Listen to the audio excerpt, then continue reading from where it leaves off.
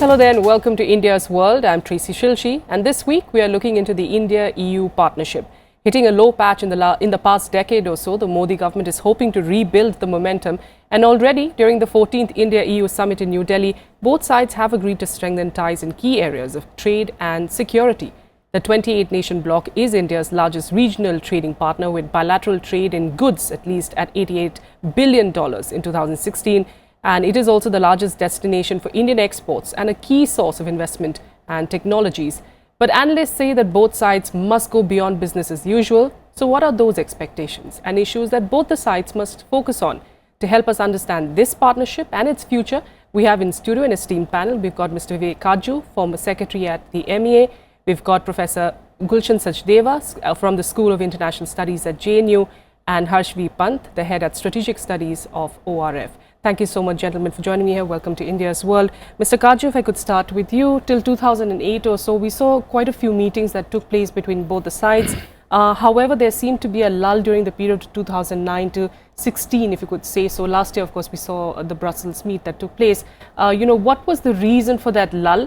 Now that the momentum is kind of gaining, do you see something positive happening on that front? I wouldn't say that there was a lull. Because summits, bilateral summits between India and the EU were being held on an almost annual basis. I remember that I led the official delegation to negotiate the documents for two of these summits while I was in the Ministry of External Affairs. So it wasn't as if nothing was happening. The question is whether there was sufficient progress being made in the relationship. Then you are right, the relationship hit a somewhat difficult patch because of the Italian Marines case and because the commissioner in charge of foreign relations, who is a former Italian foreign minister, took a somewhat strange position. But happily all that is past, and if one examines the documents and the statements that have emerged from this present summit, which incidentally is the first which is being held after Brexit, then I think they reveal a commitment on both sides to take this relationship forward in a pragmatic way, keeping difficult issues within the radar, but not getting obsessed by solving them or resolving them on a time-bound basis, as for example, trade. Now, trade is a difficult issue, and I am happy that we are not rushing into this, because some of the demands that the EU is making, to my mind, are unreasonable. Especially as they are unwilling to move in areas like the services sector, which are of vital interest to us. So unless there is a true give and take, things can't move in the trade sector. But otherwise, I find that there is a coincidence of views on some areas of global concern, for example, climate change, where India and the EU have a position which is at variance with the American position. On terrorism, some movement has taken place. There was a separate declaration. That's right. This time, there again, I think there has been some progress from India's viewpoint, because they've agreed to mention entities as well as individuals that are of concern to India. That was for the first time. But I think we've got to convince the EU that they can't, on issues like terrorism, be mealy-mouthed when it comes to pointing fingers, for instance, at Pakistan. Especially now that the Americans are proclaiming this particular difficulty with Pakistan openly. And lastly, on China. On some areas, there is a coincidence of interest. For example, connectivity. But again, on connectivity, the Americans are far more forthcoming in accepting that India's position is correct, especially with regard to areas where a country's territorial integrity is concerned. For example, POK, which obviously if CPEC goes over POK, then we will object. Yes. The EU, on the other hand, I find has been reluctant to mention territorial integrity, and if you permit, what they've tried to cover it up is by focusing on, if you see the formulation, it says connectivity initiatives must be based on universally recognized international norms, among other things. Okay. Now, obviously, a commitment to territorial integrity is a primary norm, is a basic norm. So, to that extent, one can say there is an indirect reference, but it would have been far preferable if there had been a direct reference. All right. So, Mr. Katju here, of course, pointing out some of those issues that really we'll delve on one by one. Mr. Sachdeva, just let's talk about trade first, that because this partnership is mainly it's been based on trade and business. You know, the failure to fix a date, like Mr. Katju pointed out, for the relaunch of negotiations of that free trade agreement. Also, you know, how do you see this development? Because, of course, the hiccup was from the Indian side, but like Mr. Katju says, it's good we are not rushing into things. How do you view that? Well, you are right. I mean, you know, the core of our relationship with the European Union is economics. Yes, we signed a strategic partnership in 2004. Then the joint action plan in 2005, and then when in 2007, when we started negotiations on free trade agreement or BTIA, there was actually a lot of enthusiasm on both sides. Between say 2007 till 2008-9, negotiations were doing pretty well. But since 2009, I think you were right in your initial statement, there was momentum was lost. I mean, the reasons were many. One, of course, there was a global slowdown. Second, there was many economic problems within Europe. Third, there was also policy paralysis within India during UPA 2. And since 2013, actually the negotiations were frozen. So, yes, we haven't started negotiations since 2013. And even between 2013 and 15, there was no bilateral summit. In fact, bilateral summit only took place last year, after a gap of 3 years. So, there was obviously momentum was lost. But now I think what is happening is, I think what Indian government perhaps has realized, that yes, core is economics, and to some extent, I think Europeans could play a very important role even our domestic economic agenda. Okay. You can look into all our programs, you know, from modernization of railways to Make in India to Clean Energy to Skill India, all those programs what we have. I think Europeans have contributed and they are willing to contribute, and they have shown a lot of interest into this. So as a result, what I can see now in the last 2 years, there is some kind of I mean, Mr. Modi has also made visit to many European countries. So now I would say Europe is back on the agenda. Okay. But at the same time, very little movement has actually taken place as far as the FTA is concerned. Now, there are various issues. One is, of course, since, you know, a lot of time has passed. So as a result, now many sectors which are going to be affected negatively, obviously they are lobbying from both sides. But that's, I think the government has to take a call, because ultimately it's had to benefit both the partners. And now there's a new angle to Brexit, because now, you know, our major export market has been UK, and if UK is going to be out, which is quite likely, because now what UK has said that, you know, there won't be any customs union, they are not looking for any economic area with the EU, so they are looking broadly for some kind of at best free trade agreement with the EU. So it means we are looking now India EU FTA, some kind of India EU FTA, definitely minus Britain. So I think now we have to make up our mind. Yes. Now 10 years have passed. If we really feel that this is in our benefit, we should really put political weight behind this and get things moving. If we feel that now we also have experience with some of our other FTAs, particularly in Asia with ASEAN, with the, you know, Korea and other countries, if we feel that it's not really going to be very beneficial to us, I think the whole exercise has to be done quickly, and we have to make up our mind, rather than keeping every time this issue that, you know, there would be some negotiation would begin and actually end up there is a disappointment, nothing has really happened, because anyway Europe is our one of the major trading partners. or the major trading partner, even without FTA. Yes. So we can even live without this. And the last 2 years, what has happened even in investments, in fact, more than 22 countries within EU, we have actually terminated all the investment treaties also. So Europeans are quite upset with this. Okay. So I think since they are one of the major investors in India, so many of those issues, either within FTA or without FTA, I think we need to kind of sort them out and get things moving. All right. All right. Yeah. Do we benefit anything at the moment? Let me bring it in fact from the Brexit angle.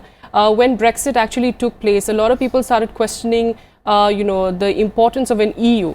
Some were saying that it's become a redundant organization. There was also talks of perhaps of Frexit as well at that moment. But as we saw, it seems to be that the other European nations seems to have consolidated themselves.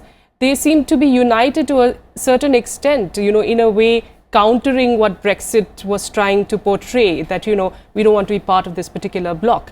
And do you think then that India has kind of relooked its strategy and how it has to deal with the EU, especially when it comes to trade?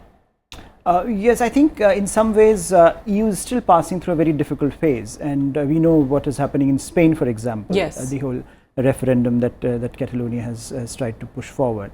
And I think in that context, Europe is still struggling to reimagine itself post-Brexit, and we don't really know the contours yet, because Brexit has not been really defined, has not really been defined yet. And now already we are seeing trouble in the UK as well. Absolutely, and there are debates within the EU as to what form the Brexit will shape up, and also what engagement EU will have with Brexit. With the UK. And now when we are looking at this larger sort of shift within the EU, where countries are now questioning this idea of delegating sovereignty to Brussels. So while Brexit may have been, as you pointed out, may have been an issue which is almost marginal now, given the consolidation that has happened primarily between France and Germany, which then they got together, Macron's election, and then Merkel deciding that they want to lead now from the front, and sort of give some leadership post-Brexit to this organization. So what we have witnessed is a certain change in the way EU perceives its global role. Okay. And in that sense, I think what Gulshan earlier was pointing out is that India seems to have realized that at a time when Mr. Trump, for example, is questioning some of the premises of globalization, at a time when even Brexit was a reflection that certain elements of free movement of labor, for example, is controversial, perhaps EU and India can together look at the liberal order and claim some leadership, that look, we are the inheritors of this liberal order, we have to protect that. And this was something that Mr. Modi mentioned during his trip to Germany, that we stand side by side with you, we will work together in terms of protecting the liberal order. So I think in that sense, if we want to protect that order, then I think first thing is trade. What do you do with trade? And therefore the questions about the FTA with EU become important, and I think, as has been pointed out, there are a number of problems at this point. One of the most interesting ones, I think, in my opinion, is this issue of India's status as a data secure nation, and I think European EU's negotiators have talked about the possibility that only if there is a convergence between the data standards within India and EU can this move forward, and this is one of the major demands. So I think if and of course, as earlier Ambassador Katju has pointed out, that there are other issues also on the table from Indian side, certain issues on which EU wants to reduce duties and we don't.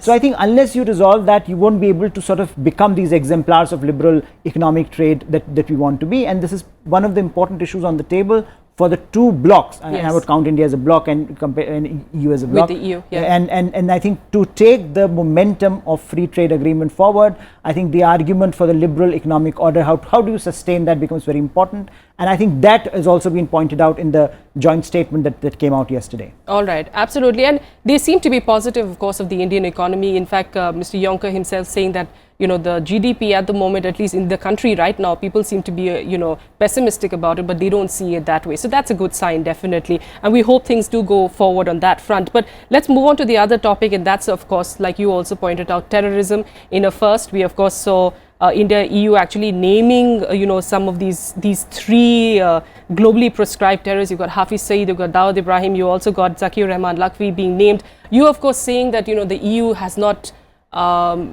named Pakistan, which would have been something that India would have liked. But that could be also, some say, a way of, specifics or a perspective. For us, it's it's okay to name a Pakistan. Maybe for the EU it's not, because at the end of the day, intelligence sharing is also something that they require. No, you are right, intelligence sharing, but for a moment I want to dwell on the liberal world order, as you rightly saying. I think, and there's a history to this, the EU likes to set unilaterally universal standards, and then they expect that the developing world will follow them. In any area, trade, services,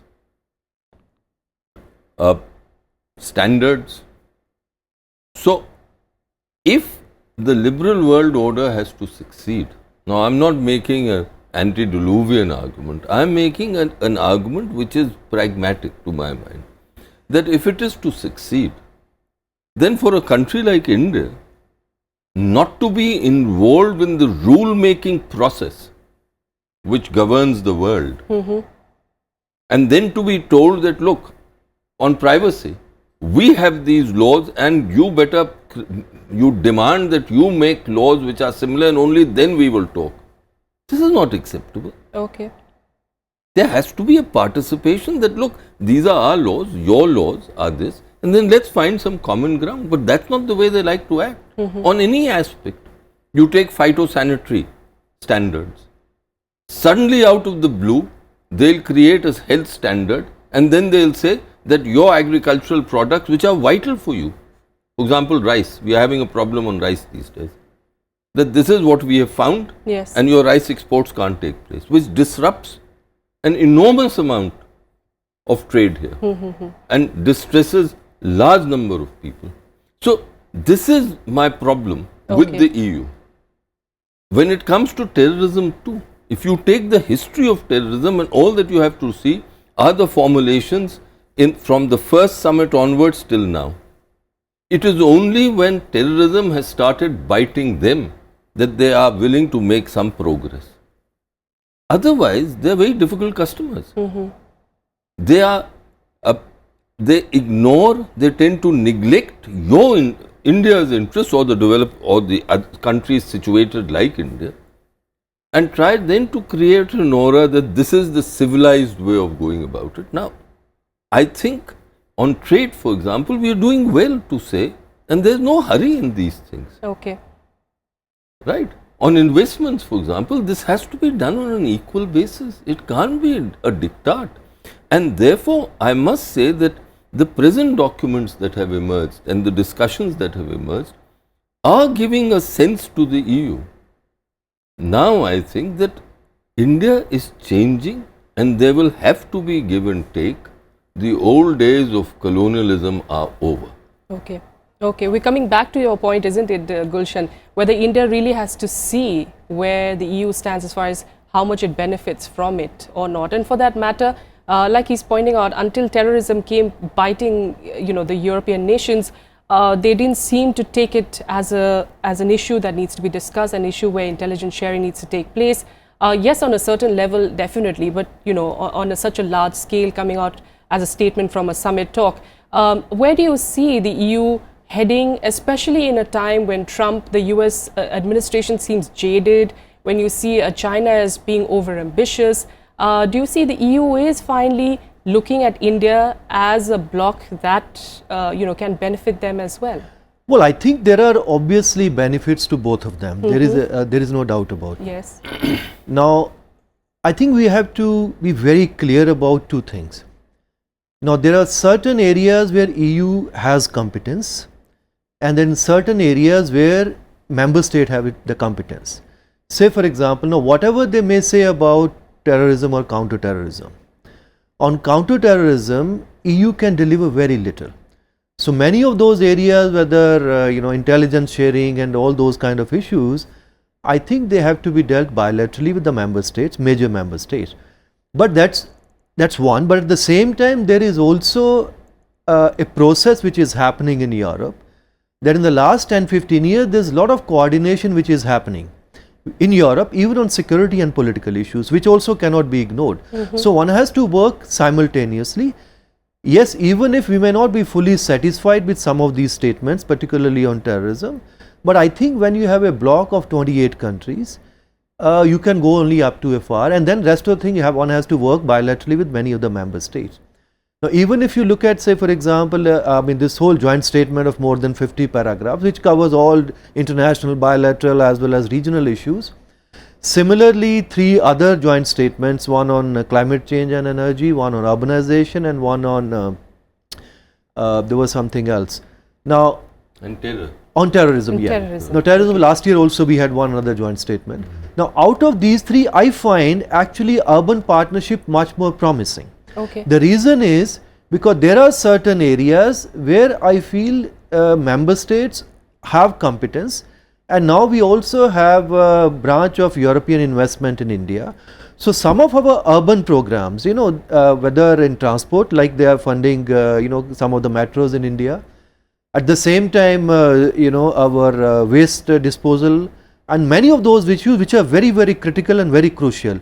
So, in those areas, some kind of technical assistance, some kind of other kind of help, I think is very useful, and they also have certain funding available for them. So, many of those things where we find EU has competence, we should work with EU, and other issues like terrorism and other are useful for public diplomacy, but I think EU can't deliver much on that.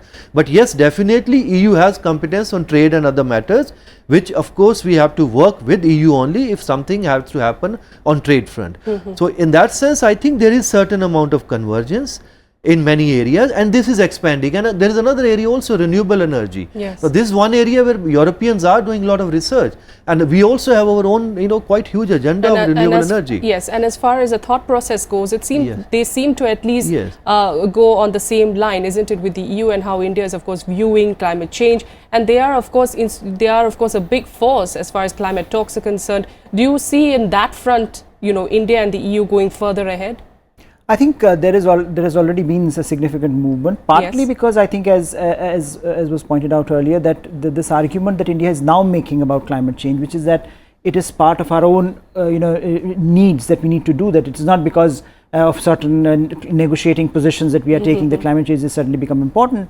Now, if you look at how India's position has evolved and changed with the Prime Minister himself saying that whatever Mr. Trump might do with the Paris Accord, we will stick by the commitments we have given because it matters to us. So I think that position is now being is shaping India's interactions with its interlocutors everywhere. And European Union, as you point out, is a leader in that realm, both in terms of shaping the norms and also in terms of the technology evolution, research and innovation that is going on. So I think there is a convergence there that perhaps India can benefit from very, very substantively. Okay. Mr. Katju, I know you're a bit skeptical, of course, of the India-EU partnership. You've clearly voiced it here. But do you see, at least in the near future, that there seems to be any common ground, that they may find some common interest that the EU may in fact find with India? As far as, like I even pointed out earlier, China being one of those players, and they have voiced their concerns about OBOR. So do you see in that sense at least India? I'm not a skeptic on this partnership. All that I believe is that it must be on an equal basis, and there shouldn't be any sanctimoniousness on the part of either side. Certainly it's not on our side in terms of human rights and global standards, etc. On technical matters, on matters where we can cooperate, of course we should. It goes without saying, it's in our interest. And whatever is in our interest, if we can get technologies from the EU which are good for us, then we should have no reluctance in getting them. In the past though, there was trouble, for example, on clean energy, clean coal. There was ad nauseum discussion on clean coal with them. And the sticking point always was how would the technology be transferred. And as far as the EU was concerned, it was for them a commercial transaction. Whereas we used to say that, look, if this has to be related with climate change, then the technology transfer can not only be on commercial basis, there is an element of climate change too, of equities here. So those are larger issues, and it is there that I feel that, that there is a little sharpness on the part of Brussels. But otherwise, in say urbanization, on smart cities, on science and technology, even on education nuclear is a big, education, yes, on nuclear energy. Of course, wherever we think it's in our interest to cooperate, we should have no reluctance in cooperating with the EU. Finally, Harsh, are interests converging? Do you see the near future being a bit more fruitful as far as India-EU relations concerned? I think so, partly because I think European Union as such, as I mentioned earlier, is going through a transition, is looking at the world differently. So initially, I think, their whole approach towards India was very Pakistan focused. So India is a problem because, South Asia is a problem area. Now they are looking at the region much more expansively, partly because China is now such an important player. They have significant ideological differences with the way China is operating. Even on OBOR, as you pointed out, there are issues about transparency, there are issues about what sort of norms China is bringing to the table, and they diverge sharply from what European Union brings to the table. So I think now their approach towards the region is much more expansive, and there they see India as a valuable partner, as a democratic, as a multilateral. Exactly. So that liberal position that India is, that liberal power that India is in the region, I think matches well with some of their approach to world politics, and perhaps that can become a bridge between the two blocks. Okay. They may have been on very different parts, on two very different stages in the past, but I think time is now coming for them where they can look at the world through a prism which is beneficial for both of them. All right. On that note, we'll have to wrap up India's World. This episode of India's World. Thank you so much, Mr. Katju, Mr. Sachdeva, and also Harsh for joining us on this debate. That's it on India's World. Next week, we'll be joining you with another topic. For the moment, that's it. Thank you.